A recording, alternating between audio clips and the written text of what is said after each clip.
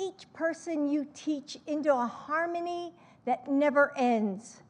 Right now, someone out there is a better thinker because of you. Someone is standing a little taller because you helped her find the confidence that she needed. Someone is working a little harder because you pushed him to try. Someone is kinder because you showed her what that meant. And someone is braver because you helped him find his courage. Never stop ringing that bell. Never forget that student by student, the lives you change go on to change the world. Thank you.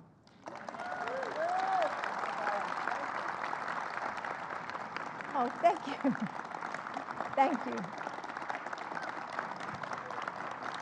Thank you very much. Thank you.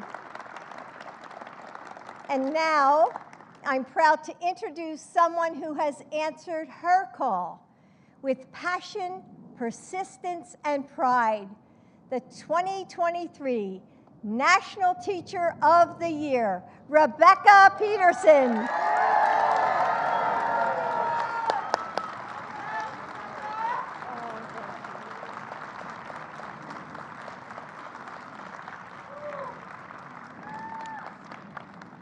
Thank you, Dr. Biden. It's such a tremendous honor to be recognized by a First Lady who champions the profession as one of us. You exhibit for the nation the dedication we all feel for this profession. And thank you, Secretary Cardona, for keeping teachers at the center of your work. Thank you to my family. Without your support, I couldn't be here today. Well, today I stand in front of you with the name Rebecca Peterson, yet the name I was given at birth is Rebecca Mojde Kermanshahi, a beautiful intersection of my two family cultures, Rebecca from my mother's Swedish heritage, Kermanshahi, and Mojde from my father's Iranian heritage. My parents and I immigrated to the United States when I was young. And at 20, I finally became a US citizen. I may not have been born here, but I consider myself a daughter of this country. I've been lucky to witness the beauty of our nation from a perhaps different lens, a lens that pays special attention to those people who wrap their arms around those of us who may be a little bit different.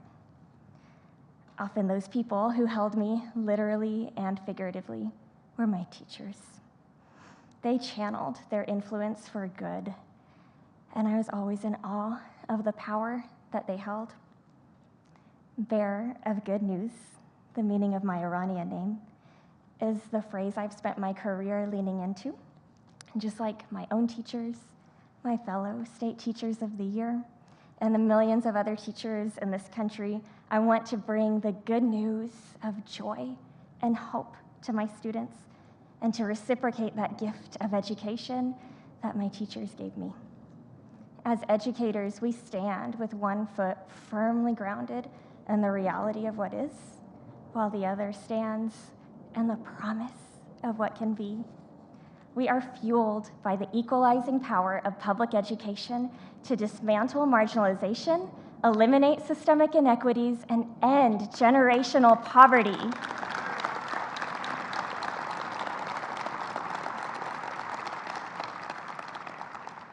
I teach because of Ria, Meghana, and Kushi to show that immigrant and first-generation women do have a place in STEM. I teach because of Danny, one of 7 family members who lived in a 1-bedroom apartment, but who will be attending an Ivy League college this fall in the hopes of making a better life for him and his family. And I teach because of Morgan and Alyssa, once my students, now my colleagues, who are impacting lives in their very own classrooms. I teach because it gives me life to offer the American dream to the next generation. Teachers, you hold our democracy. You create spaces that insist we belong to each other. May we continue to reach inward and outward. May we be an example of creativity and service, modeling the importance of curiosity in both the big and the small moments. May we learn how to belong to ourselves so we can belong to each other. May we walk this life together with open hearts and open hands, because i slutande kanske vi alla bara går hem till varandra. In the end, maybe we're all of us, just walking each other home. Thank you.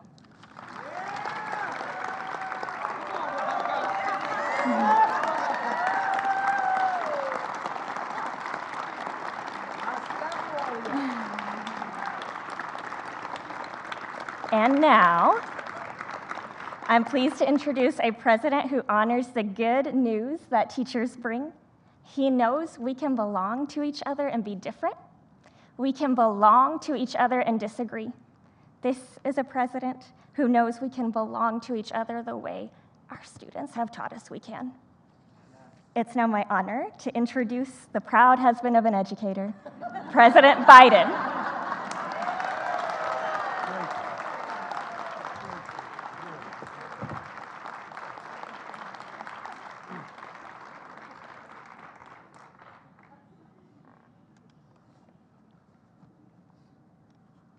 Well, she's pretty good, isn't she?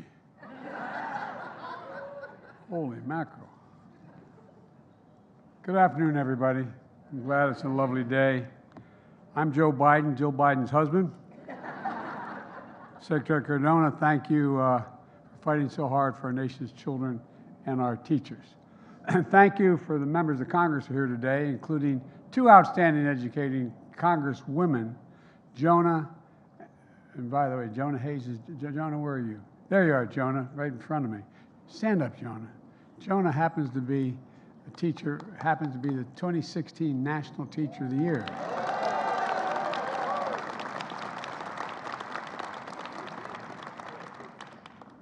By the way, she's pretty good, isn't she? I think she could run. Folks all know what a big deal that is.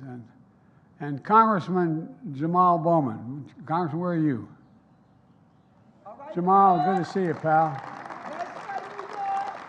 A teacher who went on to establish a middle school. And most of all, I want to welcome our guest of honor, the 2023 Teachers of the Year again. Thank you, thank you, thank you, thank you. Well, I guess we're going to...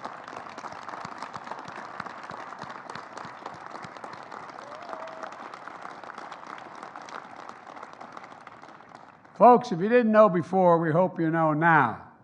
Teachers have several champions in the White House. Jill and I and Kamala and Doug. Jill is the country's first lady to work full-time teaching while doing her duties as First Lady, as a community college professor in Virginia. And I tell you what, she's a proud member of her union as well.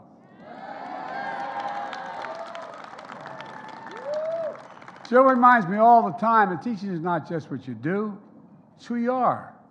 It's who you are.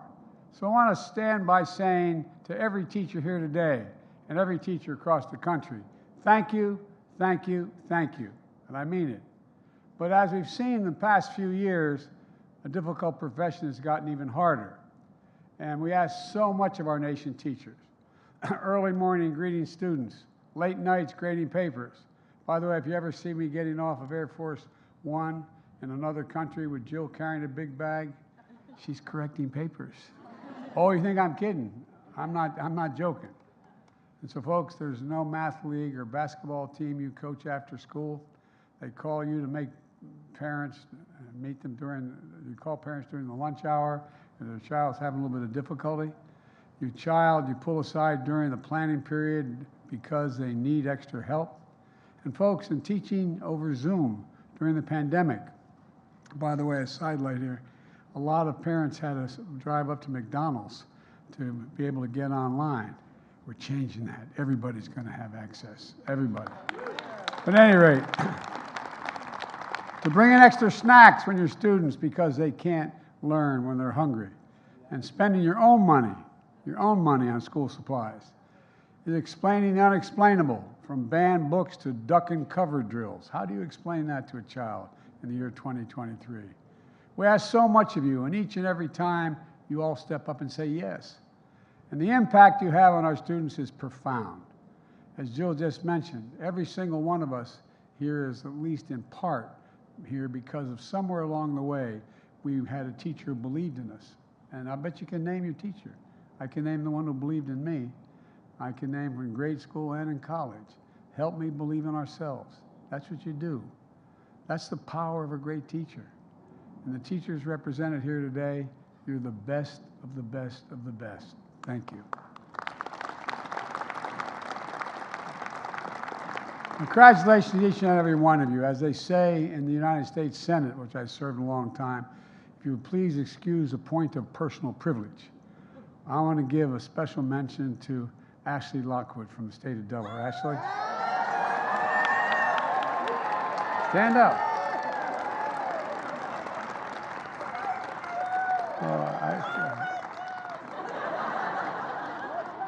And besides, our daughter's name is Ashley as well. So, Ash, thanks for what you do, kiddo. You make us proud.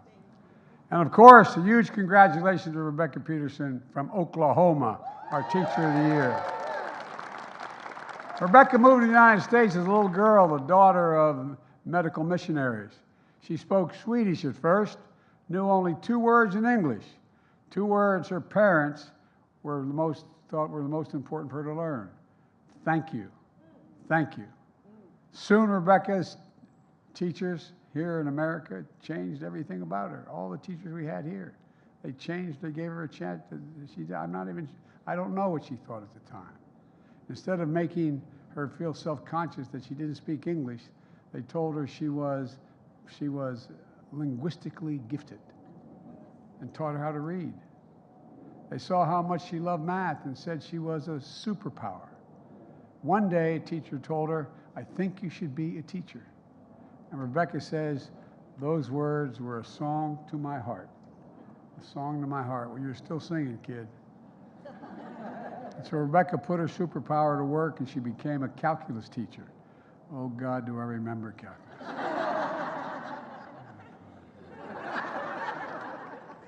I went to a school that was a prep school that was very heavy on mathematics. Anyway, that's why when I got to college, I majored in history and political science. God bless the calculus teachers. And that is no joke. And what's more, Rebecca's school district is full of students who were a lot like she was. The students in her district speak 62 different languages. 62. Many feel like they don't quite belong. And as you can imagine, Rebecca makes sure they know that they do belong and they can achieve great things. With Rebecca leading the way, the pass rate in her class went from 50% to 87%, nearly double the state average. More of her students became National Merit finalists than the entire rest of the district combined. And in the ultimate tribute, several of her former students are now math teachers themselves, as was referenced earlier. Her students tell her, even after they graduated, they hold on to the lessons she taught them, not only about integrals and derivatives, but about community connections, about how all of us belong. Rebecca put a teacher's creed into words when she said, "There's no such thing as someone else's child. No such thing as someone else's child. Our nation's children are all our children." As I often say, you teachers hold the kite strings to lift our national ambitions aloft. You really do. Imagine, just imagine if we didn't have great teachers in this country. What difficulty we're in. You are determining our future. And that's why my administration supports teachers and supports them across the board. And folks, look, you know, last year, the 50th anniversary, and by the way, this shouldn't be a life-threatening profession. You know, the concerns about whether or not I mean, did you ever think you'd be teaching kids how to duck and cover? Only this time, we used to do that back 100 years ago when I was in school because of concern about a nuclear war.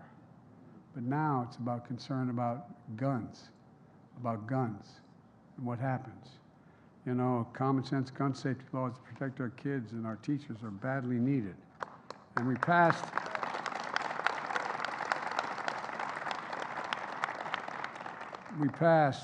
a number of pieces of legislation, but there's more we have to do.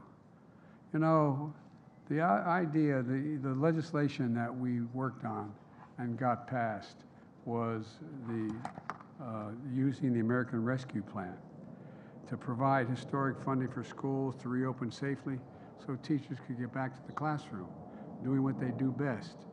Before the American Rescue Plan, only 46% of schools were open and in person. Today, that's now 100%. Plus, the law has delivered critical support for schools, including funding for after-school programs, summer programs, hiring more teachers, counselors, and school psychologists.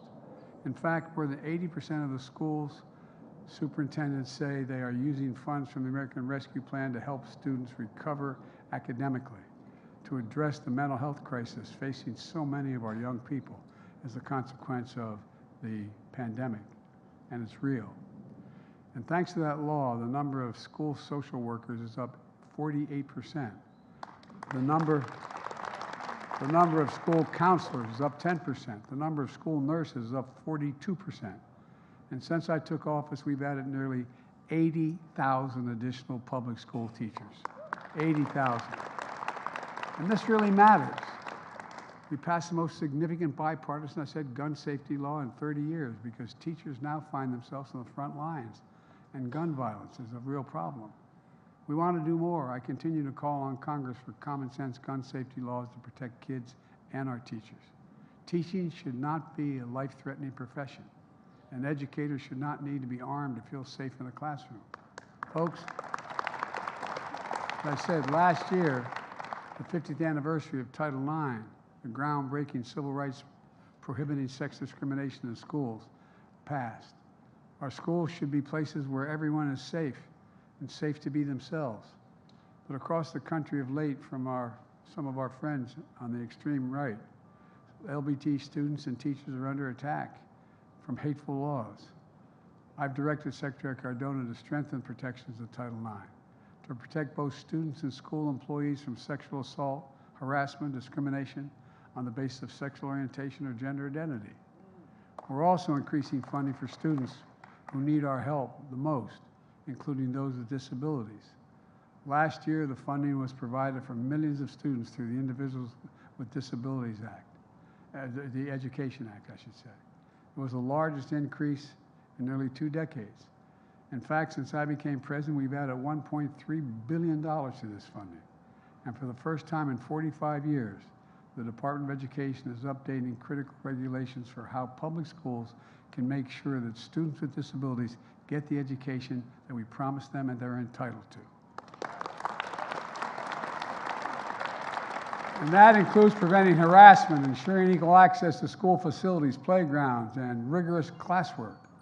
We've learned a lot about disabilities over the last 45 years. Our education policy should reflect what we've learned. We know that there's so much more to finish the job, and we can do it. For example, I think everyone here would agree, as I said in my State of the Union address, let's give public school teachers a raise. A raise. I mean it. You can stand for that one. It's important. And let's provide access to preschool for 3 and 4 years old. In the last century, when we made 12 years of public education universal in America, we had the best educated, best prepared nation in the world. So now let's finish the job. Studies show children who go to preschool are nearly 50% more likely to finish high school and go on to earn 2- or 4-year degrees, no matter the circumstances in which they come. It's just basic. It's in our overwhelming national interest. It's not only about their future, it's about the nation's future as well. And let's be clear. Let's stand with teachers and parents against politicians who try to score political points by banning books. I never thought, as a student of history, I never thought I'd be a president who was fighting against elected officials trying to banning books. Empty shelves don't help kids learn very much. And I've never met a parent who wants a politician dictating what their kid can learn and what they can think or who they can be. And by the way, it's National Library Week. So a big thank you to librarians out there, imparting the joy of reading, the power of knowledge to our nation and our children. We have your back, I promise you. I wish I could say that everyone saw it that way. But just last week, we saw the Speaker of the House and MAGA Republicans in Congress want to cut funding for schools by 22%, they've offered. If that were to pass, it would mean cutting up to 60,000 teaching jobs, affecting 25 million children. It's a hard and fast, they're introducing it on, I believe, tomorrow or Wednesday, affecting 25 million children. Cutting education is the last thing this country needs. Let me close with this. As you get to school each day, often many of you before dawn, as you head home each night, weighed down with papers to grade, please know that we see you. We see you educating our students, your students. We also see you confronting them and comforting them when they're in trouble, caring for them and inspiring them. Our children are our nation's future. They are in your hands. And that's not hyperbole. And looking out at all of you, that's the one reason I can honestly say I've never been more optimistic about America's future than I am today. I mean it. We just have to remember who we are. We're the United States of America. There is nothing beyond our capacity if we do it together. Nothing, nothing, nothing we've ever set our sights on we have failed in accomplishing. So God bless you all, and God bless our nation's teachers. Thank you. Distinguished guests, please remain in your seats as the President and First Lady depart. Thank you.